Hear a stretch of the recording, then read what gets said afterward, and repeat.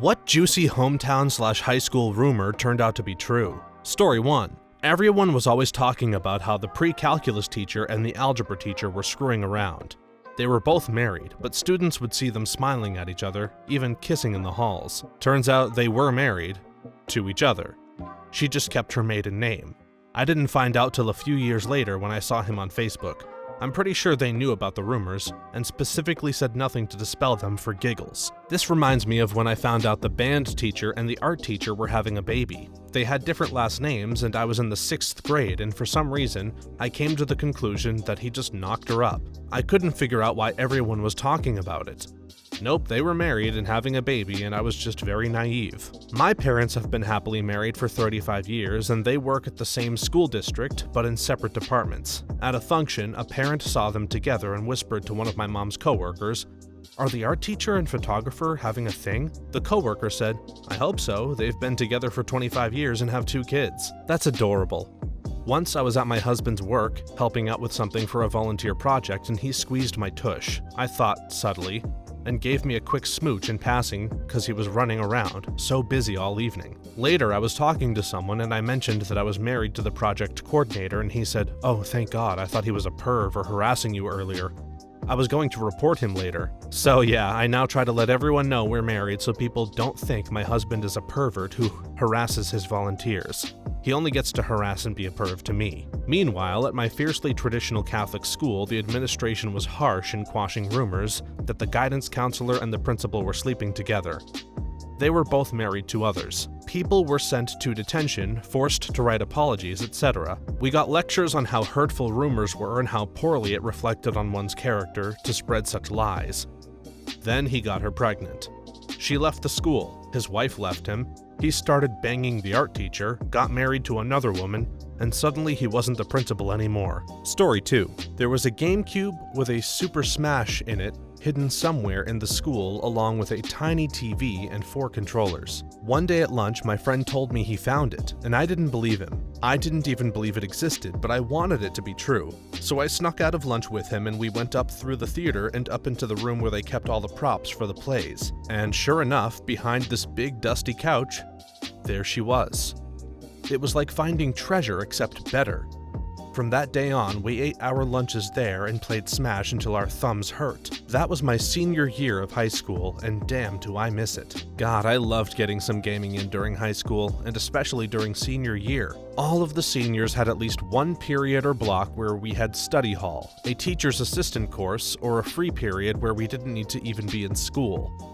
Naturally, during these non-courses, we did absolutely nothing or as little as possible and tried to keep ourselves from being bored. Well, my one friend and this other kid were both good with computers and knew how to mess with the school's network and access settings, and they managed to conceal, for an entire school year, that large numbers of seniors and other younger students were engaging in giant Counter-Strike games over the school's LAN. We used to store the game on thumb drives that we would all bring to school, and we would all hold them up in the air like Randy Marsh did in that World of Warcraft South Park episode, before we would plug them into the computers and start playing every week. My friends and I were cool with the freshman soccer coach, and with this one teacher who taught Photoshop and just didn't care about his classes much. These guys were bros, so we could just walk into their classes, give them a head nod or wave, and they would acknowledge us, and then we just would sit in an open seat and do whatever we wanted on their computers. My friends and I then just went to their classes or to some of the computers in the library during study hall and played Counter-Strike for over an hour every day for the entire year, and only had the IT guy find out about it 3 weeks before graduation after some idiot underclassman left his game screen up on the computer somewhere in the school. We used to talk smack to each other over the network through Counter-Strike as well, and kill all of the non-seniors to maintain our supremacy. It was great. I miss that so much about high school. I loved just screwing off during my senior year and doing nothing or whatever. Wow, crazy coincidence. I'm pretty sure I went to the same exact high school as this guy because my friend told me about a very similar secret Smash room in the prop section of the theater. Stuyvesant High Rep 2K15 here. Anyways, us 2K15 seniors messed up the room and basically got it shut down permanently. One of us discovered it while aimlessly excavating the school as a second-term senior, and told all his friends about it. Next thing you know, you have a gaggle of nerdy, immature 17-year-olds laughing their asses off in some secret room that you had to climb a shaky ladder and walk through metal rafters to get to, aka potential injury lawsuit for the school waiting to happen. Playing Smash and blasting music as loud as they can. One day, one of my friends decided to play the musical masterpiece, Smell Yo Dick, on my laptop as loud as possible. Apparently, some security guard walking by the theater started hearing weird music and kids yelling, "Boom! Get the hell out of here!" We'd always shout some self-congratulatory obscenities after taking a stock off the other player, coming from the ceiling. So she called the dean. Next thing you know, we're in there blasting Smell Yo Dick and kicking ass on Final Destination, and the dean's head materializes out of nowhere and goes, "What's going on in here, guys?" We all fell silent and paused the game, but we didn't manage to get to the laptop. So we're all sitting there silently knowing that we're screwed, and in the background all you can hear is, "Now let me smell yo dick." The dean, Mr. Moran, new guy, total asshole, told us we'd get off without suspension if we kept quiet about the whole situation. It was pretty clear that he was nervous the school might get in trouble if word got out to parents that some kids were climbing into random dark crevices and caves in the school, while the authorities were too busy worrying about confiscating cell phones. The worst part was, he said he'd have to close down the room after that. Apparently it was the theater crew's neat little secret and a 15-year tradition. They still had the original Xbox with the Fat Duke controller from 2001, and it was all killed off by Smell Yo Dick. R.I.P. Stoy Smash Room. Story 3. There were rumors that the 40-year-old band teacher was romantically involved with a female student. All parties denied it, and the administration bought it and apparently chalked it up to BS rumors from gossipy kids. A year after she graduated, he left his wife and 2 kids and married her. That could be here, except he had like 4 kids and 2 stepchildren. The wife would sit in the car outside girls' houses and give them the death stare. So if it was just a rumor, she was pretty damn sold on it. He moved to a different school, but I think is still married, and no one ever made a formal complaint. The almost exact same thing happened at my school. There was a very well-respected history teacher and a student who was well known to be a teacher's pet and be friends with them outside of school. Not extremely pretty or popular, but not ugly by any means. Anyway, she was spotted outside his house one day, allegations flew, they all denied, and about 3 years later, they got married. Oh, and he was in his mid-50s when this happened, so now he's in his mid-60s. This was in 2005. I graduated in 2006, which was the year he retired. Story 4. That the vice principal was cheating on his terminally ill wife with the cheerleading coach. It was true, and everyone knew. He got promoted to principal and moved his office to the conference room in the library.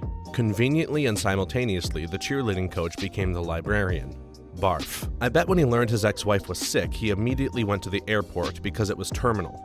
I bet when he started cheating, he never flew first class because he always wanted to be a coach. I bet he never told his wife about the coach even after he got promoted, based on the principal. I bet when the coach became a librarian, she took him to the non-fiction section. Actually, it's a lot more common than you think. When your loved one has a terminal disease, the end is not pleasant. It is a stressful time and period in the life of the carer. Many seek a semblance of normalcy. You effectively stop being their spouse and start being their carer and caseworker. Loyalty here counts as being there for them. Terminally ill patients beyond a certain point aren't fun to hang out with. Many a patient's spouse has secretly wished that they would just die. The suffering is too much. A lot of children are traumatized by how their parents died. If it is terminal, it often isn't clean. Think weeping bed sores, agony, and screaming. Everyone expects you to put up with it. After all, that's what everyone meant when they said till death. However, you and most people never expected to be having this sort of romance, so it's easy for them to say it. They aren't living that nightmare. Terminally ill patients often simply try to continue their life. I know at least one whose disease meant that they forgot what they were doing, so they would try shopping online only to purchase stuff they couldn't use. She would get furious when her husband canceled the purchases, and these weren't small purchases. Things like, I was hot, so I bought an air conditioner. There is no physical attraction anymore, and sometimes you just want to feel normal. Imagine if you spent 6 years cleaning your arse and no one saw you as attractive anymore. Often people cheat, simply to feel good about themselves. When I talk to patients, I often talk to their spouses alone to see how they're holding up. Sometimes the disease is horrifically rough on the spouse, who has to put up with abuse from someone who doesn't know or mean what they're saying. And there are people who won't understand them. It's easy to say be loyal, but hard to do when someone you love keeps lashing out at you. Yeah, thankfully, not enough people know what it is like to care for someone for a long time leading up to their death. It becomes a chore, and it adds a layer of guilt that cuts deep and doesn't really go away after the person has passed. And the guilt often compounds because, although they are grief-stricken, they are also relieved, but they feel that relief is an awful thing to feel after their spouse/SOs/family's member's death. Relief is a very common emotion to feel after someone dies, particularly when their death is painful, very drawn out, or traumatizing to their children. I have a friend whose mom recently died from brain cancer about 18 months after the diagnosis. His girlfriend dumped him a couple of months before she died. On the one hand, holy crap, but on the other hand, what if she wanted to break up but didn't when he found out about his mom? She had to wait it out for over a year, and she's well into her 30s, so she doesn't have all the time in the world. And maybe she just eventually gave up. Story 5. The star basketball player was into younger girls. Let's be painfully explicit here. The guy was ripped. He was Shaq foot 10 and probably at least a head taller than anyone at our school. He was white but tanned like a glazed onion. Girls would be all over him like moths to the sole street lamp in a dark neighborhood. During freshman and sophomore years, he dated around, but in junior and senior years, he went exclusively for the freshmen. And as some of us noted, they were the younger-looking freshmen. Word got around that the guy was using steroids, never been proven, and apparently tested, so probably wrong. But some guys used to say he likes little girls because he has a little dick. I never really believed it. His last girlfriend in high school ended up being this Asian girl who went to Harvard for medicine or some crap, and he went off with his basketball scholarship to university. He was always cool, calm, and college, and he was just sweet. No way he would be messing around with younger girls. Then one of my friends called me from high school. When we were around 25, they told me to look him up. Lo and behold, he had a pretty little mugshot after distributing child pornography. The guy could have been drowning in pink, living in the puss. He could have been screwing Tom Brady's wife. It's unbelievable to me, but it turned out to be true. Also, if anyone needed to know what the tofu incident was, it's a long story. I'll try to make it brief. Basically, there was a goody-goody guy at our school. I don't know if he was religious or anything, but he was generally the sweetest kid and everyone liked him. He was really shy, but he always had nice intentions, so if anyone tried to mess with him, he'd have friends who would back him up. He was the kind of guy that every nice guy thinks of themselves. He was pretty smart, got decent grades, and was on the varsity tennis team. He was probably attractive to most girls, but pretty much everybody knew that he was into a particular girl. This girl was exactly the kind of girl that should have been into him. She was shy, though maybe not as shy as he was. She had a pretty face and a gorgeous figure. I'm talking like corn star body, pale skin, and not pasty like Elmer's glue, and an ass that would make most boys' pants point. She had kind of an awkward and annoying laugh, but I guess he was into it. She was a total goody-goody besides, with good grades and probably never even held hands with anyone before. It was kind of lucky for her that she wasn't into dating, because her dating life would have been ruined by him being into her. There were some guys who were considering asking her out, and that ended up being talked out of it by his friends, saying that they really wanted the shy boy to have a shot at her. Anyway, this guy did everything for that girl. He was quite the artist and wrote beautiful poems in iambic pentameter or whatever crap he was into, dedicated to her. We knew this because he shared them with one of his closest friends who shared them with us, saying, "This is the best poem I've ever read." He made art for her sometimes and gave it to her, and gave her flowers on her birthday. He even brought her lunch to school before, and he was well known in our school's culinary department for his talent. He never asked her out because he'd heard that she didn't want to date yet, and he wanted to respect her wishes. The dude was a character. Some of us really wanted them to get together. Later into high school, relationships were changing and friends were changing. The guy told the girl not to bring lunch to school one Friday because he was preparing something special for her. He'd made her stir-fried vegetables before that she loved, and she was a vegetarian, so she was pretty excited about it. The next day at lunch, he gave her a Tupperware full of tofu dripping in sauce that smelled honestly delightful. I would have taken it from her and eaten it. But something seemed off. All of his new friends were smiling so big, and they weren't smiling at him, as if to hope he would get together with her. They were smiling at her. I looked at some of the guys I was sitting with and they noticed it too, but we didn't say anything. Meanwhile, the boy himself seemed to be pooping himself. hoping that she'd liked it. It was almost as if all the hundreds of eyes in the cafeteria were on her. She took a bite, and she loved it. She really loved it. She took a bite, swallowed it, and said, "Wow, this is really good." The guy's friends cheered around him. While he seemed nervous, they seemed way too happy. My friends and I got up and walked to the table, sensing something was up. She was a thin girl, but this tofu made her seem like she was either starved or like a fat girl who couldn't get enough. She literally licked the sauce out of the bottom of the Tupperware when it was done. She asked him, what was the recipe for this? As his friends were guffawing behind him, he listed off the tofu he got, some high-quality organic stuff from who knows where, and spices I can't even begin to pronounce, let alone tell you where they came from or what they taste like. I thought that was that, and as I was about to sit back down, when one of my friends asked the boy, "So why are all of your friends laughing so much? What was in there? Like a ghost pepper or something?" The boy turned red. Like I've never seen a kid so red. One of his friends came back to the table and gasping for breath since he was laughing so hard. He said, "We told him, that girls fall in love with you. They fall in love with you when they taste your cum." I'll never forget this girl's face. For a second it looked like she wanted to tear that boy apart, but then she saw the shy guy curiously looking up and nodding. This typically smart guy who was so oblivious and sincerely wondering if she had fallen in love with him. He had no idea until a split second later that he had made the biggest mistake of his life. So the girl was furious at his friend. She looked at him. She realized he had no idea. She realized what she had just done, and she started bawling. She sat on her chair for a second while some of her girlfriends started screaming at the boys, and some of them tried consoling her. She ran out, leaving everything behind, and the boy had his head in his hands, sobbing too. I think at that point he realized he'd been had. I was almost ready to punch his friends, but when I turned to look at them, they were running away from other guys and girls who were chasing them down. The 4 or 5 faculty in the cafeteria who finally realized something was happening were running every which way to try and calm people down. So that's the tofu incident. The aftermath was a little bit more boring though. Story 6. That the theater kids would use the women's bathroom in the theater to have fun. Turned out to be true when a teacher walked in on a couple going at it on the sink. They ended up locking the theater bathrooms during the day and only opened them for performances. It sucked because those bathrooms were nicer and quieter than the other ones. At my college, there was a great bathroom for taking dumps because nobody was ever in there. I think it was in the basement of an admin building. Anyway, it was not only a great place for a private dump, but a perfect place for random gay stuff. They took all the doors off the stalls and everybody lost. During the upper class years, we started having student-directed plays.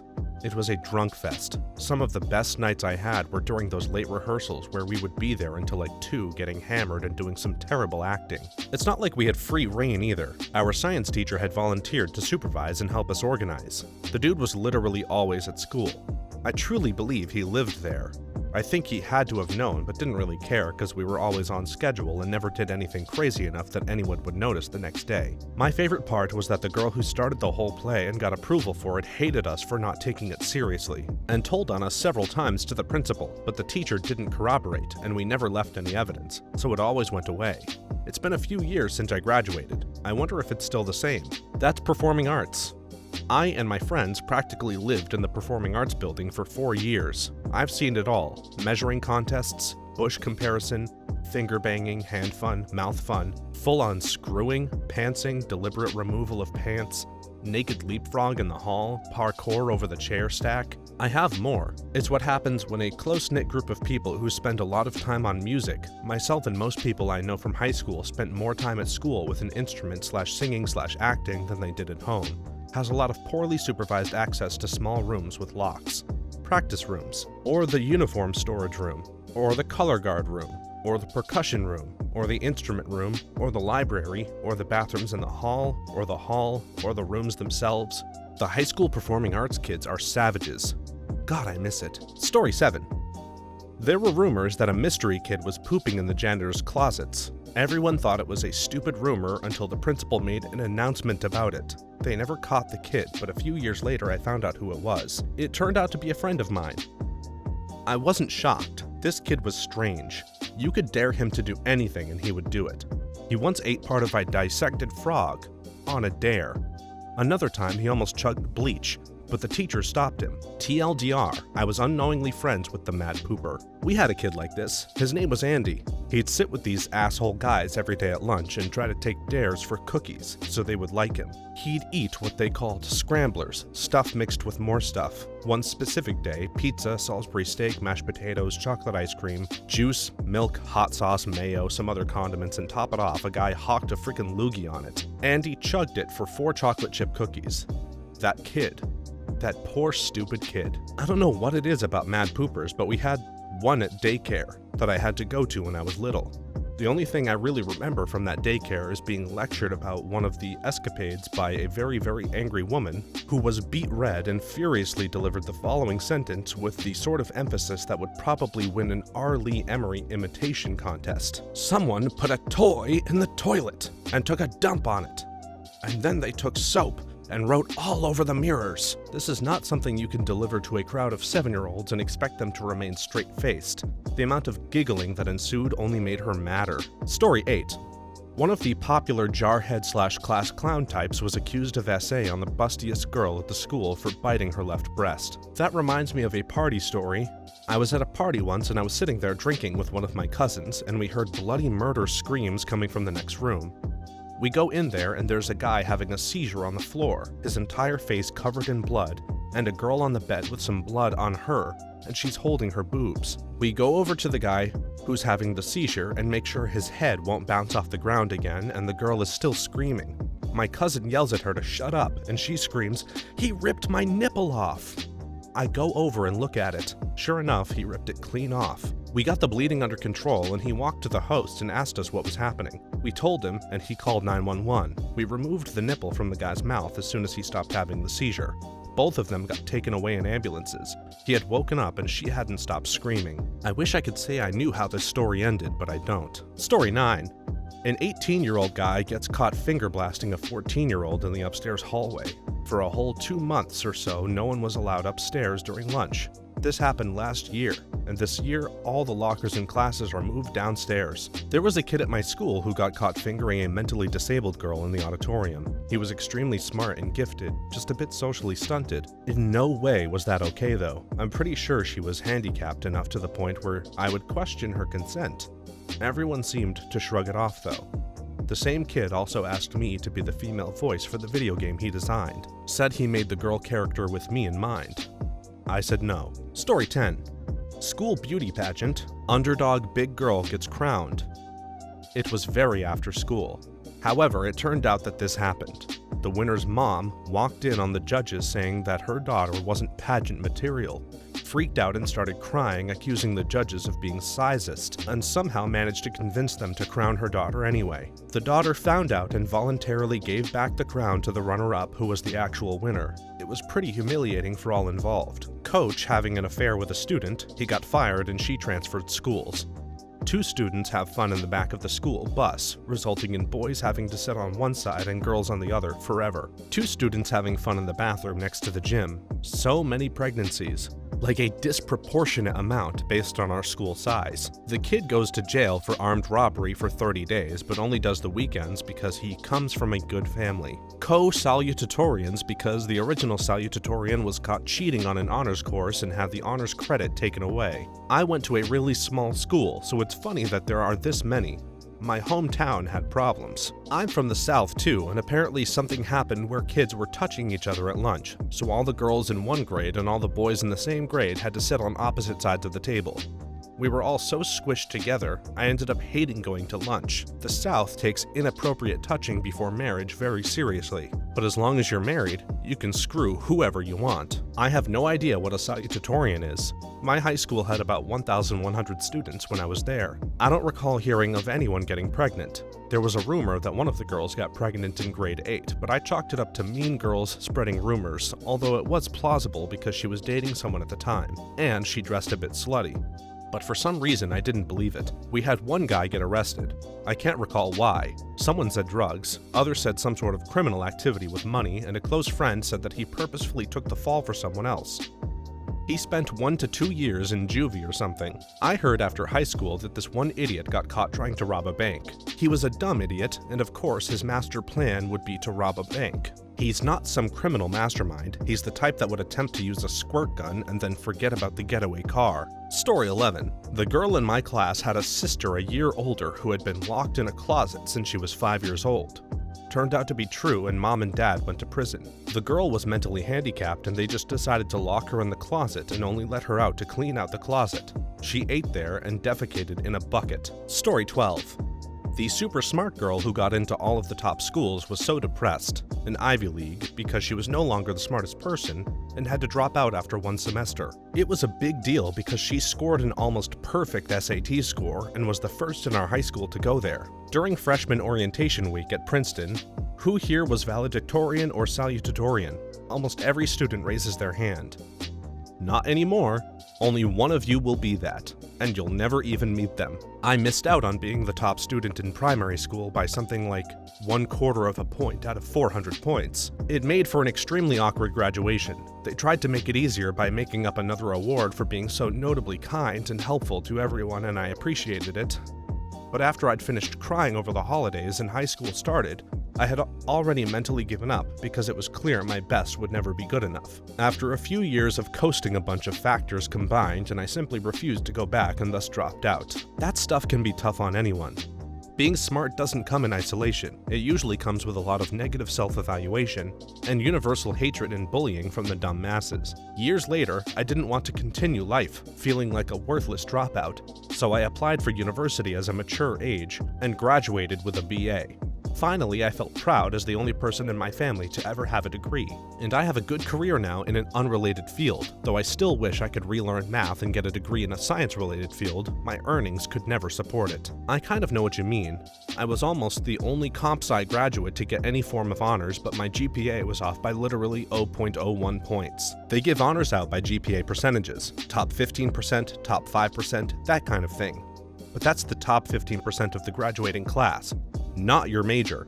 So nearly all of the honors went to the students who got business, front rows at commencement, and arts, middle rows degrees. Only a couple of people who got science, back rows degrees, got honors. The whole thing felt like the science degree people were getting it on. It's very hard to go from being the biggest fish in a small pond to a tiny fish in the sea.